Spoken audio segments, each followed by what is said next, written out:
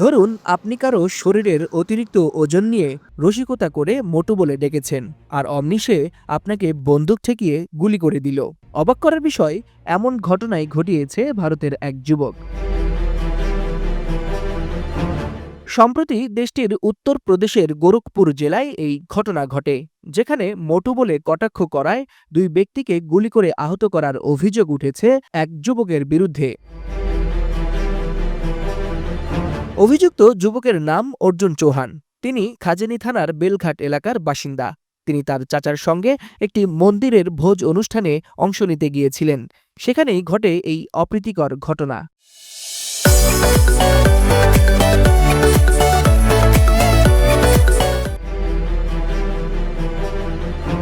ভোজ অনুষ্ঠানে অর্জুন চৌহানকে স্থানীয় দুই ব্যক্তি অনিল চৌহান এবং শুভম চৌহান মোটু বলে কটাক্ষ করেন। এ ঘটনায় অপমান বোধ করেন অর্জুন চৌহান। পরদিন বন্ধু আসিফ খানকে সাথে নিয়ে ওই দুই ব্যক্তিকে অনুসরণ করা শুরু করেন।